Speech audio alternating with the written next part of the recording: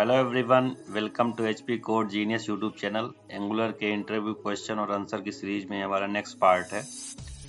Questions related अगर आपको कोई फीडबैक या सजेशन हो तो आप हमें कमेंट सेक्शन में बता सकते हो। आपके कमेंट्स या फीडबैक को हम काफ़ी सीरियस लेते हैं और अपने अगले आने वाली वीडियोज में इम्प्लीमेंट करते हैं। चलिए स्टार्ट करते हैं आज अपने पहले क्वेश्चन से। तो पहला क्वेश्चन है, what are the advantages with the AOT. मैंने पुरानी वीडियोज में डिस्कस किया था कि एओटी जो कि stands for ahead of time, इसके कुछ बेनिफिट होते हैं जैसे कि फास्टर रेंडरिंग हो गई, जैसे browser download A pre compiled version of a application so it can render the application immediately without compiling the app. और सेकंड है इसका एडवांटेज है एक fever asynchronous request. It means it inline the external HTML templates and CSS style sheets within the application.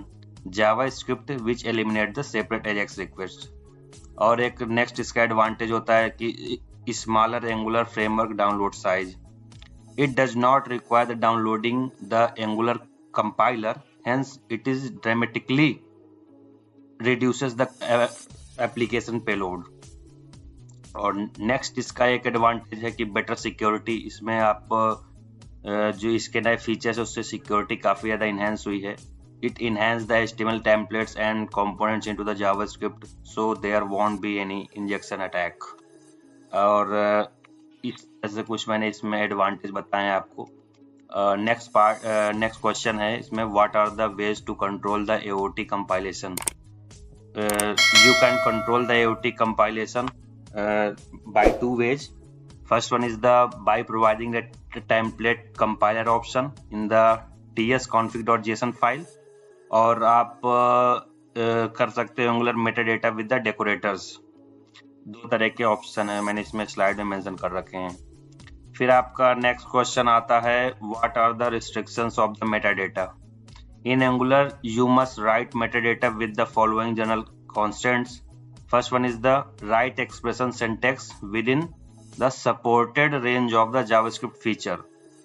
Second is the compiler can only reference the symbol which are exported. Third one is only call the function supported by the compiler. And final, decorated and data bound class member must be public. Next question is, what are the three phases of AOT? The AOT compiler works in the three phases. First one is the code analysis, second one is the code generation, and third one is the validation.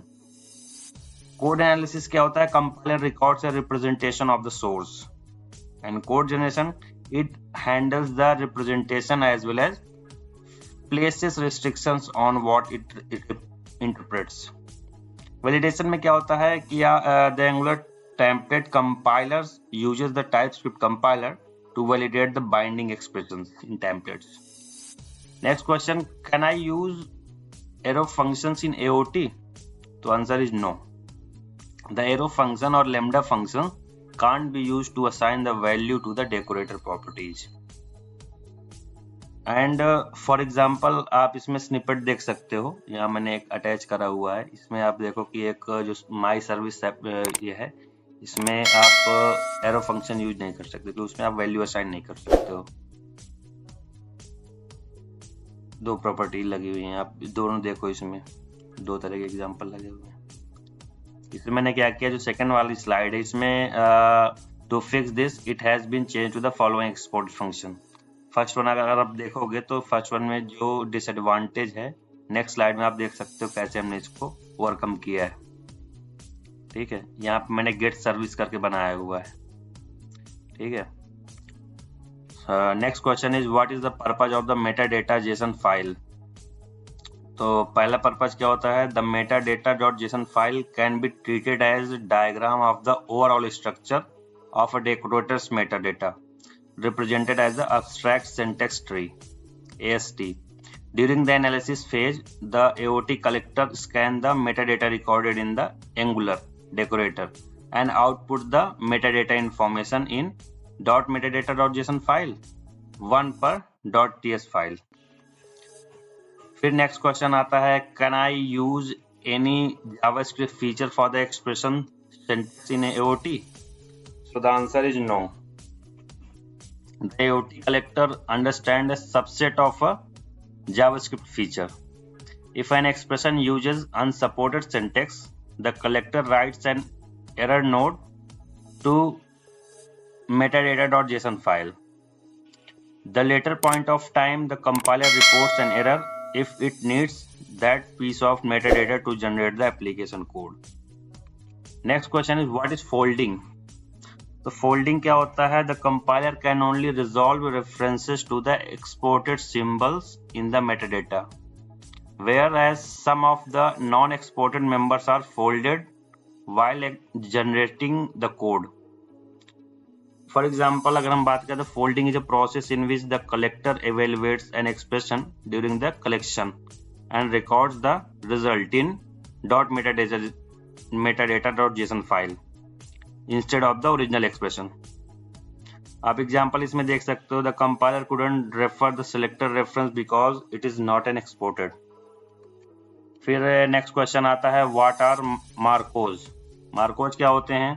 The AOT compiler supports Marcos in the form of functions or static method that return an expression in the single return expression. For example, मैंने एक function यहाँ पे provide करा रखा है, इसमें आप example में इस फंक्शन से देख सकते हो यहाँ पे मार्कोस क्या होते हैं.